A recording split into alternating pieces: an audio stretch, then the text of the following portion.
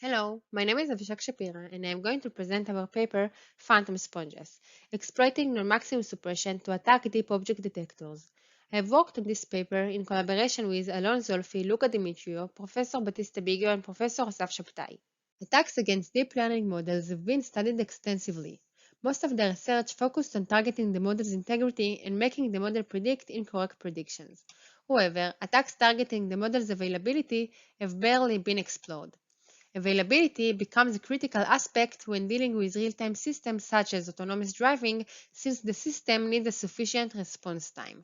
We set a few goals for our research. Present the first availability attack against the end-to-end object detection pipeline. We want to produce a universal adversarial perturbation that can be applied on any real-time video stream. In addition, we want our attack to allow us to preserve the detection of the detected objects on the unattacked video to make our attack undetected for a longer time. YOLO's end-to-end detection process is composed of the following stages. The feed-forward stage, where YOLO outputs a fixed number of potential candidate predictions. The filtering stage, where we choose only candidates that have a high probability being real objects. Only candidates that were not filtered in the previous step pass to the last stage, the non-maximum suppression stage, which removes overlapping candidates.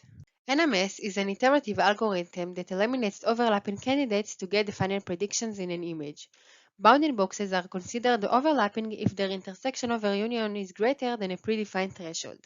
At each iteration, the IOU between a selected candidate and all the other candidates is calculated, removing overlapping candidates of the same class. YOLO outputs a fixed number of candidates. However, the NMS component processes a variable number of candidates depending on the amount of candidates that were not filtered in the filtering stage.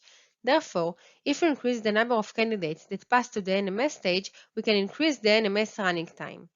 In cases where the NMS doesn't find overlapping candidates and can't eliminate candidates, it needs to compute the IOU value of each candidate with all the other candidates, and therefore, in the worst case, we get a factorial runtime complexity.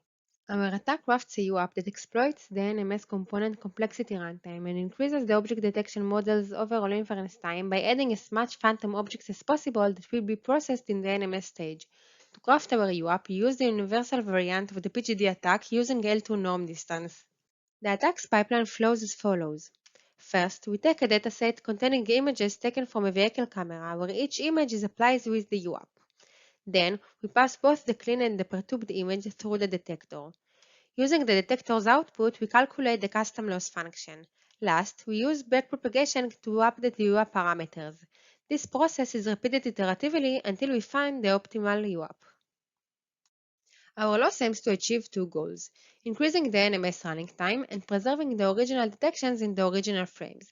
To achieve the first goal, we use two loss components. Max objects loss aims to increase the number of candidates provided to the NMS, and bounding boxes area loss aims to reduce the IOU value between candidates.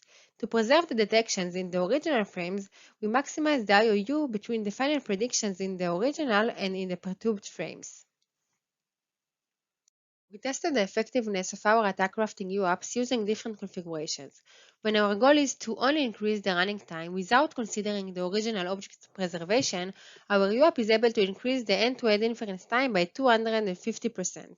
When we do consider the preservation of the original detection, our UAP is able to increase the end-to-end inference time by 50% and preserve the detection of about 80% of the original objects. Thanks for watching!